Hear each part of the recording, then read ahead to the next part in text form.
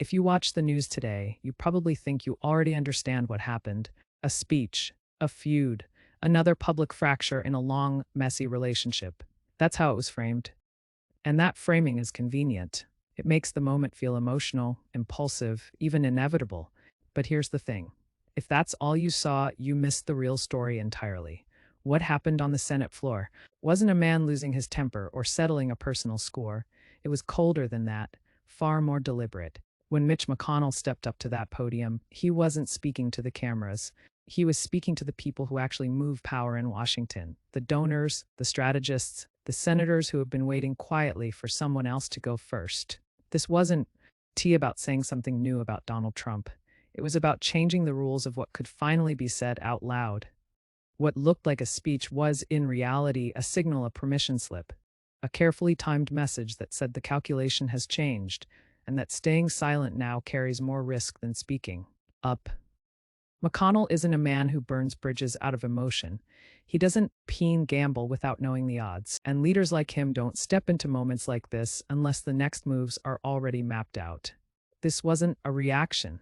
It was the unveiling of a road that had been under construction for a long time.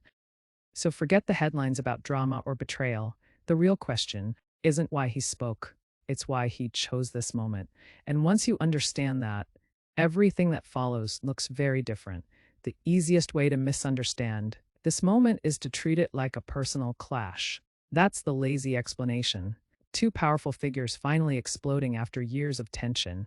It sounds dramatic, it fits a headline, and it lets everyone move on without asking harder questions. But Washington doesn't. Tea actually run on feelings. It runs on incentives, leverage, and timing. A real feud is loud, emotional, impulsive. This was none of those things. There was no rant, no off-the-cuff jab, no attempt to score points with a base or play to cable news.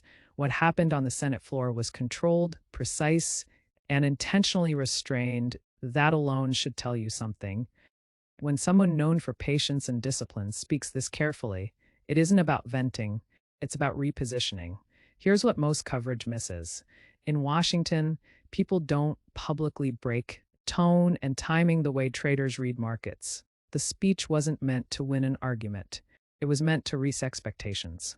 Calling this a feud makes it sound mutual, like two sides trading blows. That's not what happened. This was one side changing the terrain and daring everyone else to notice. And once the terrain changes, old alliances stop functioning the way they used to. And that brings us to the part most people didn't see at all. The quiet signal embedded in the moment that told others it was finally safe to move. In Washington, power rarely announces itself directly. It signals, and the clearest signals are usually subtle, delivered in places where only insiders fully grasp what's happening. That's what this was. When the speech ended and the chamber went quiet, that silence wasn't awkwardness, it was recognition. Everyone in that room understood their deed just been given something they hadn't had before. Permission, not a command, not a demand, an opening, a clear indication leadership was willing to absorb the consequences so others wouldn't have to go first. This is how institutional shifts actually happen. No one wants to be the lone defector. The first mover always pays the highest price.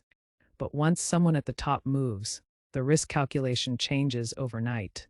What was dangerous yesterday suddenly becomes survivable today. That's the structure McConnell was building in real time. The speech wasn't designed for voters watching at home. It was designed for colleagues watching from their desks, for staffers texting under the table, for donors listening closely for reassurance that there was a plan beyond chaos. It said, without spelling it out, that the shield was up, that the old rules about silence and loyalty no longer applied the same way. That's why the reaction mattered more than the words. No immediate pushback from leadership, no frantic effort to walk it back, no scramble to contain the damage. In Washington, when no one rushes to contain a statement, it usually means containment isn't the goal. And once permission exists, it spreads faster than most people realize. Quiet nods turn into private conversations. Private conversations turn into carefully worded statements. And suddenly, what seemed unthinkable a week ago starts to feel inevitable. But permission alone isn't enough. To work, it has to be paired with the right kind of argument. If this had been framed as a moral judgment, it would have collapsed immediately. Moral arguments demand emotion, and emotion demands loyalty, a fight most senators aren't willing to have. So instead of asking his colleagues to feel something, McConnell asked them to interpret something. He stripped the moment of outrage, no language about character, no appeals to decency, no relitigating chaos everyone already knows. That wasn't restraint. It was strategy.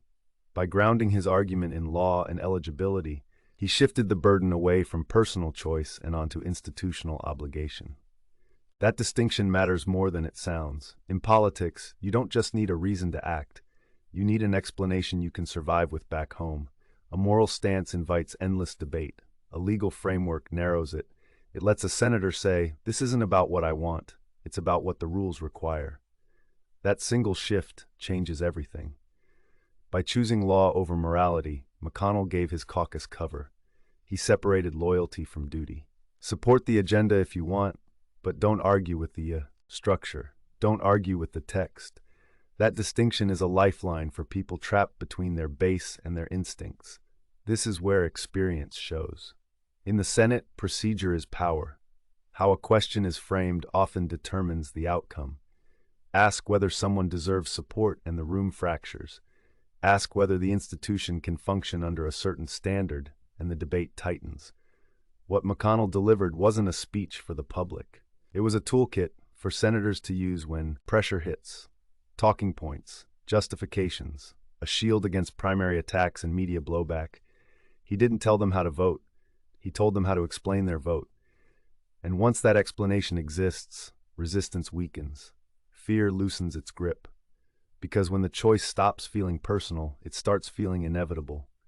What most viewers never see is the quiet layer beneath all of this, the one that doesn't show up on cable news or viral clips.